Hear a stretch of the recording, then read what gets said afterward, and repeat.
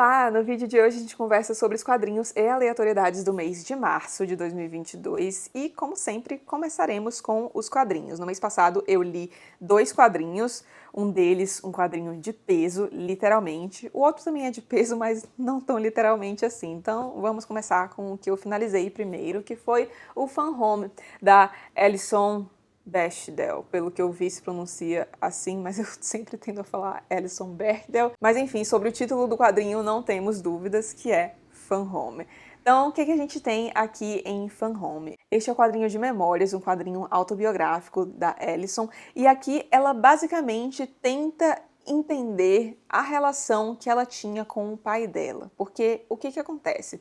A Alison nasce nessa casa que é muito esquisita, ela relata ali como é que é a convivência familiar da família dela, e é aquela coisa de que você considera que tem uma casa, mas não tem um lar, sabe? As pessoas ali, a mãe, pai, irmão, etc., não eram pessoas muito conectadas. Dividiam a mesma casa, mas não eram conectadas mesmo, não tinham um laço de afeto muito forte. Era basicamente, todo mundo descia para fazer as refeições juntos, mas depois ia cada um para o seu canto, não demonstravam muito carinho toda vez que tinha algum toque físico, tinha uma reação esquisita, de constrangimento por parte das partes, foi esquisito, né? Mas acho que deu para entender. Então, era um ambiente bastante esquisito e é nele que a Alison cresce. E aqui ela foca bastante na figura do pai dela, que era uma figura bastante peculiar. Ele tinha um gosto por decoração, por reforma, então a casa dela parecia um museu, era um negócio bastante esquisito e pelas ilustrações aqui que ela faz, parecia ser um negócio até meio cafona, sabe? Tudo muito decorado, cheio de cacareco. Enfim, ele tinha essa obsessão por decoração e também por literatura. Ele era professor de inglês, professor de literatura inglesa, mais especificamente. Só que além desse ofício, ele também gerenciava uma funerária. E aí, por isso até o Fan Home do título aqui, que pode ser uma abreviação para Funeral Home, que é casa funerária, digamos funerária, como a gente conhece aqui, e também Fan Home no sentido da casa mesmo, em que eles viviam, mas aí no sentido mais irônico, porque era aquela casa muito esquisita, não só pela decoração maluca e exagerada do pai dela, mas pelo fato de que as pessoas ali não pareciam ser uma família mesmo. E aqui ela foca muito na figura desse pai, porque aos 17 anos ela confessa para a família dela, na verdade ela não confessa, ela comunica à família dela que ela é lésbica, e aí um tempo depois ela descobre que o pai dela era homossexual. E ela já via que a relação entre ele e a mãe era muito esquisita, mas jamais tinha imaginado algo do tipo. E ela fica sabendo disso pelo próprio pai, que fala até de um jeito meio esquisito para ela, e fica sabendo com mais detalhes da mãe, que também tinha conhecimento disso. Só que era uma coisa especialmente esquisita porque ele não se relacionava apenas com homens, mas com meninos, com pessoas muito mais jovens do que ele. E aí vocês imaginem o choque que é descobrir algo do tipo. Então aqui ela basicamente tenta revisitar esse passado com o pai dela, ver como que era a relação deles, como que era o próprio pai dela, como que ele pensava. A gente se aproxima bastante da figura dele, o nome dele era Bruce. E o que a intriga muito em relação a esse pai, especificamente, é porque um tempo depois que ela assume ser lésbica, ele morre. Só que ele morre numa circunstância que, na visão dela, abre margem para um possível suicídio, porque ele tá cuidando das plantas, aí ele vai atravessar a rua e ele é atropelado por um caminhão. Mas, do jeito que as coisas aconteceram ali, pode abrir uma margem para um suicídio, e aí ela tenta investigar isso. Se ele se suicidou, por que ele fez isso? E aí ela tenta revisitar as obras favoritas dele. Aliás, a literatura era basicamente o único elo que eles tinham, porque, como eu disse, não eram pessoas que trocavam muito carinho, mas ela gostava muito de ler e ele também. E aí, esse era o elo que eles tinham. E aí ela usa muitos dos autores favoritos dele, como, por exemplo, o Fitzgerald, o Proust, para tentar entender um pouco mais sobre a figura desse pai. E, seguinte, eu gostei do quadrinho, mas eu tenho uma crítica a fazer que é, não sei se alguém aí passou por isso, mas eu não consegui me conectar muito bem com a Alison aqui, com os personagens, na verdade. Não consegui desenvolver uma coisa meio afetiva, como acontece em alguns outros quadrinhos, principalmente quadrinhos autobiográficos. Eu já li vários, acho que é o gênero que eu mais leio dentro dos quadrinhos, se é que a gente pode chamar assim. Mas então, é porque eu acho que é uma coisa meio fria, sabe? E assim, pode ser até que isso seja um mérito, porque talvez seja uma maneira dela de passar a atmosfera, de como eram as coisas ali. Mas enfim, eu realmente queria ter me conectado mais com ela e eu não consegui. Eu confesso que às vezes eu também achei a narrativa um pouco confusa, ela fazia algumas coisas e eu não entendia muito bem para onde ela estava indo. É uma narrativa também muito conectada com a literatura, a gente tem trechos aqui do Camus, por exemplo, do Proust, do Fitzgerald, mas muitas vezes eu não entendia por que ela estava colocando aqueles trechos. Às vezes eu sentia que o negócio não estava indo para lugar nenhum, sabe? Lá pro meio, assim, eu comecei a ter um pouco de dificuldade de me conectar. E, enfim, se eu fosse dar estrelas, eu daria 3 estrelas para este quadrinho aqui. Mas eu sei que tem muita gente aí que ama este quadrinho de paixão, e é um quadrinho super conceituado, né? Ele ganhou o Eisner, que é a maior premiação de quadrinhos, então é um quadrinho bastante prestigiado, mas não funcionou tanto assim na minha experiência pessoal. E se vocês quiserem opinar aí nos comentários, fiquem mais do que à vontade. E aí, em seguida, eu terminei a leitura de um quadrinho que, nossa, me acompanhou por bastante tempo, porque é o tal do quadrinho que é literalmente de peso, que é este aqui, Berlim, do Jason Lutz. E este aqui levou 5 estrelas com louvor, porque que quadrinho maravilhoso. E eu sou suspeita para falar porque este quadrinho aqui abarca um dos meus períodos favoritos da história, que é o período pós-Primeira Guerra Mundial. Então, o que a gente tem aqui? Bom, como o título diz, o quadrinho se passa em Berlim e é focado ali nos anos 20, início dos anos 30, foca no período da ascensão do nazismo. E aqui o Jason Lutz basicamente traça um baita de um panorama histórico, cultural, social do que estava acontecendo em Berlim e quais que foram os mecanismos que estavam sendo operados ali naquela sociedade que possibilitaram a ascensão do nazismo. E eu mencionei aqui com vocês que recentemente eu finalizei a leitura de um livro maravilhoso chamado Holocausto, do Lawrence Rees, um historiador muito familiarizado com o tema do Holocausto, etc. Livro maravilhoso, 5 estrelas também, impecável. Espero conseguir trazer a resenha dele em breve pra cá. Mas então, quando eu tava terminando de ler aquele livro, eu estava começando Berlim. E se eu puder dar um conselho a você que pretende ler este quadrinho aqui, leia o Holocausto também e, de preferência, leia antes, porque, juro, eu consegui perceber muita coisa aqui e consegui apreciar melhor este quadrinho, porque eu tinha lido algumas coisas lá no Holocausto e aí eu pensei, putz, isto aqui que ele tá construindo é para chegar lá onde o Lawrence Rees mostrou no Holocausto. O Digníssimo tá aqui do lado, enchendo o saco, falando, ai, mas para entender o quadrinho eu tenho que ler um livro de 1000 páginas. Primeiro, não tem 1000 páginas, tem umas 600, 500, eu acho. Mas não, você não precisa ter lido o Holocausto para entender isso aqui. É só que a sua leitura vai ficar mais rica.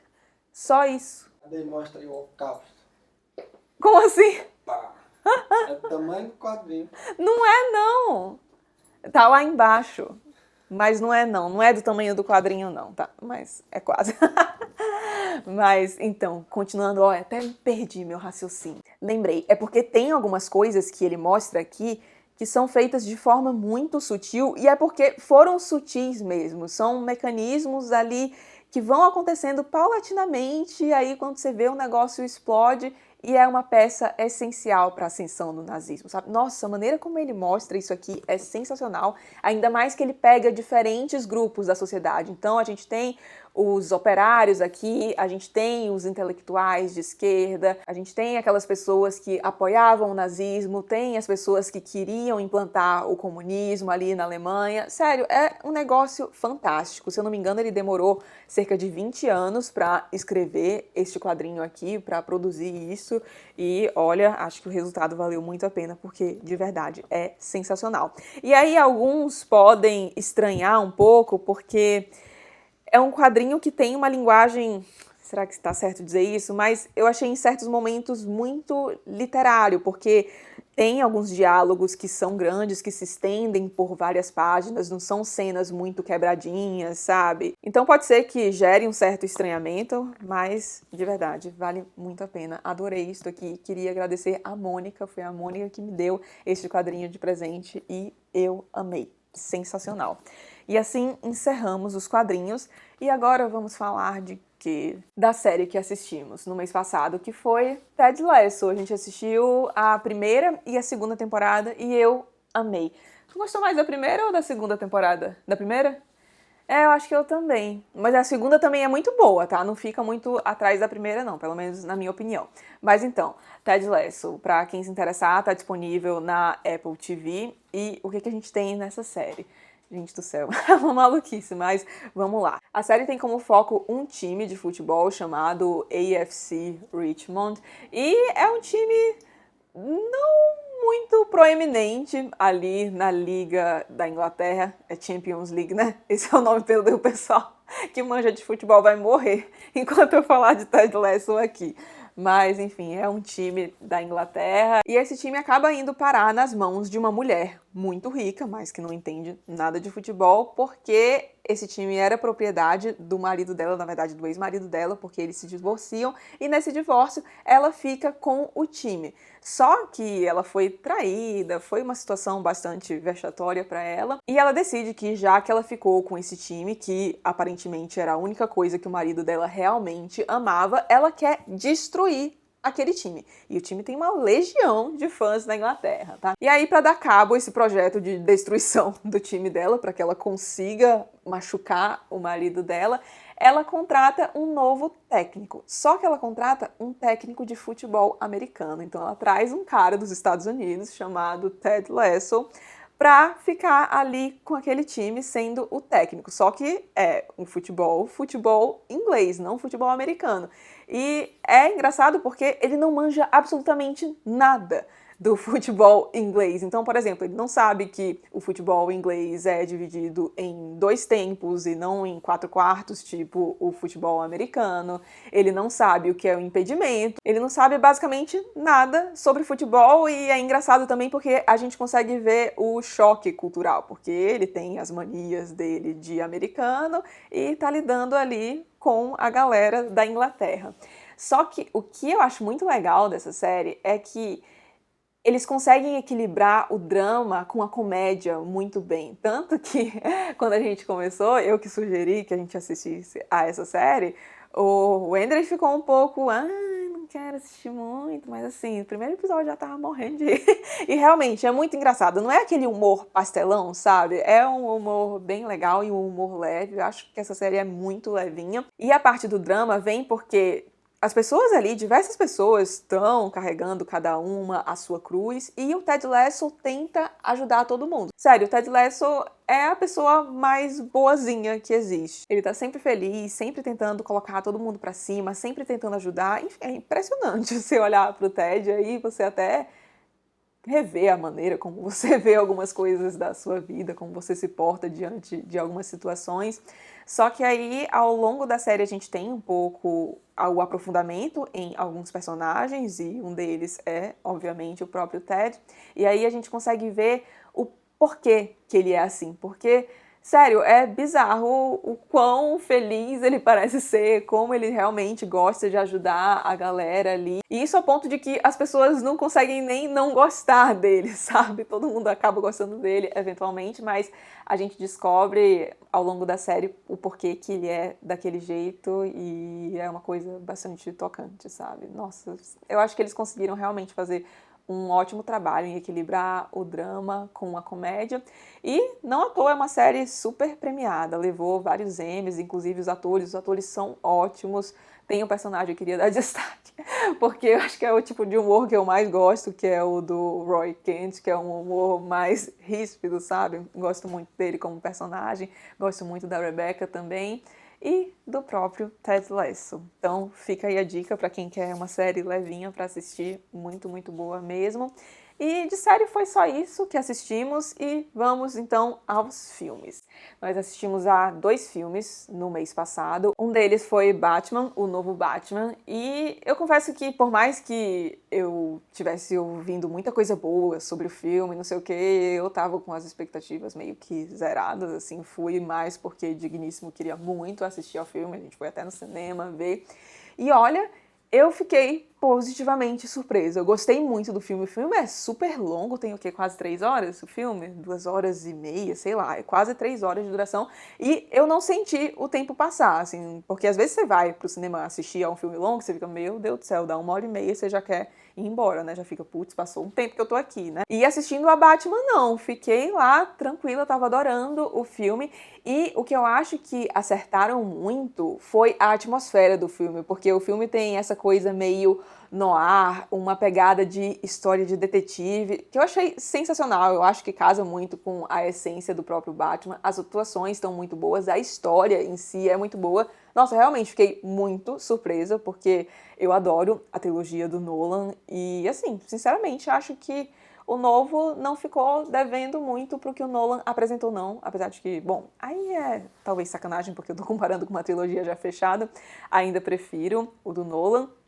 E por um ponto que eu acho que foi o que talvez foi o maior pecado que eu vi, digamos, nesse novo filme, mas o Digníssimo não concorda comigo, eu já falo o contraponto dele aqui, que é, eu não achei que a simbologia, os símbolos do Batman são muito bem trabalhados nesse novo filme, porque o Nolan apresenta muito bem a história do Batman, os motivos dele ficam muito fortes ali, porque o Batman tem motivo para ser um vigilante, tem um motivo para ser um morcego, enfim, tem uma série de símbolos e o Nolan faz um trabalho sensacional, na minha opinião, com os símbolos ao longo da trilogia dele, e eu acho que foi algo que faltou nesse filme novo. A gente não entende muito bem as motivações dele, como a gente consegue entender no Nolan, como é que ele ficou daquele jeito, todo fodão, por que que ele faz aquilo, o que faz. Tem até um momento no qual tem uma pincelada ali na história dele, mas eu achei que faltou um desenvolvimento mais sólido disso. E aí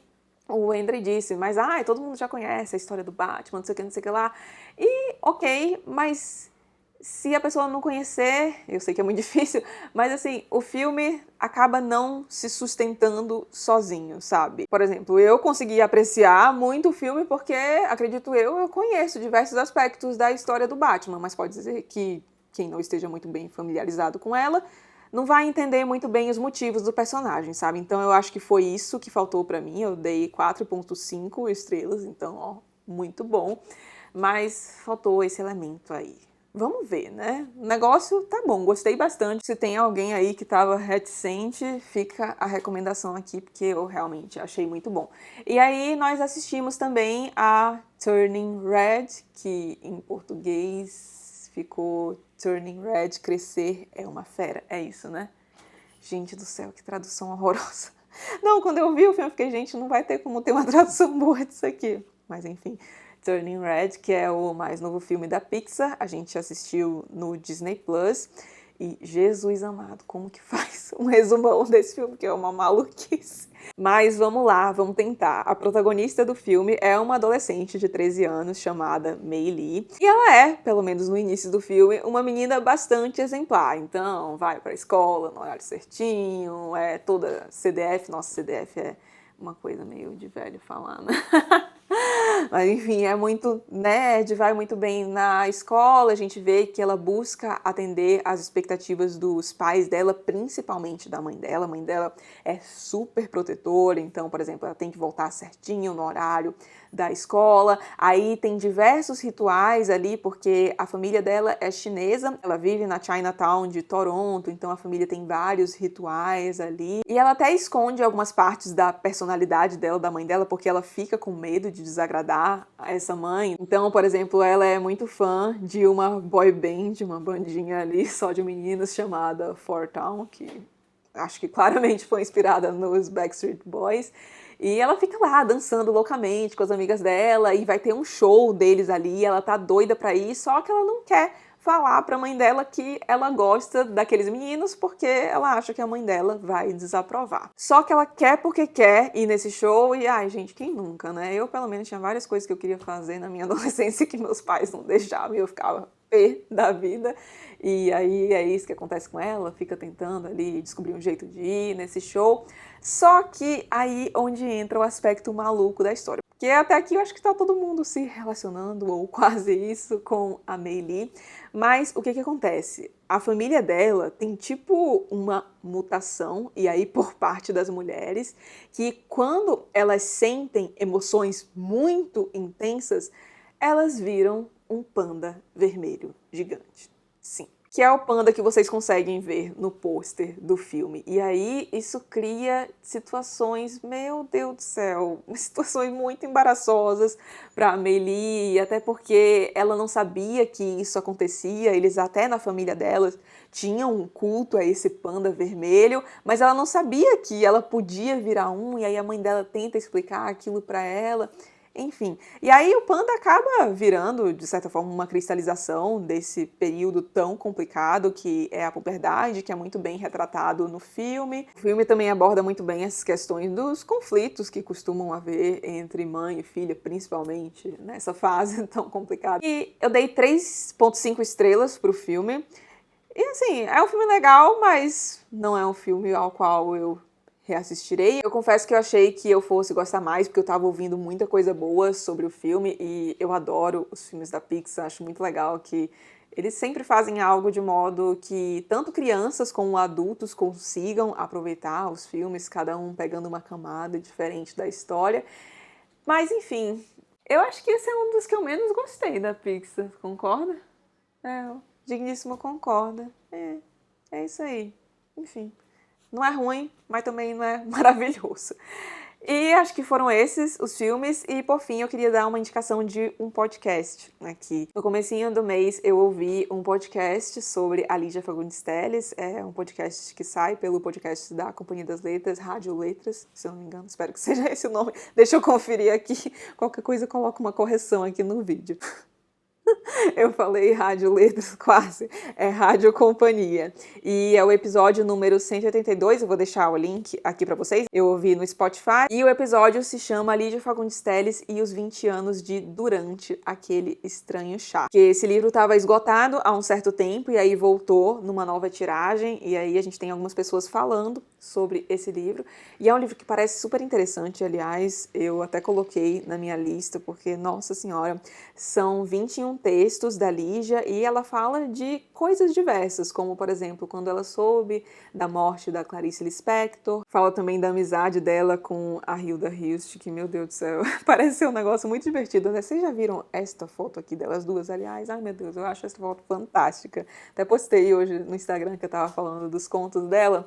Mas então, o podcast não fala somente desse livro chamado... Eu falei o nome do livro? Falei, né? Que eu falei o nome do título do podcast, que é Durante aquele Estranho Chá. Então, o podcast não foca só nesse livro, faz um apanhado geral da obra da Lígia, fala de alguns aspectos da obra dela e da própria Lígia como pessoa, como artista, e mostra a grandiosidade dessa mulher. E eu gostei especialmente porque elas, as comentaristas no podcast, ressaltam bastante um aspecto que me chamou muita atenção quando eu li Lígia Fagundes Telles, mais especificamente quando eu li Ciranda de Pedra dela.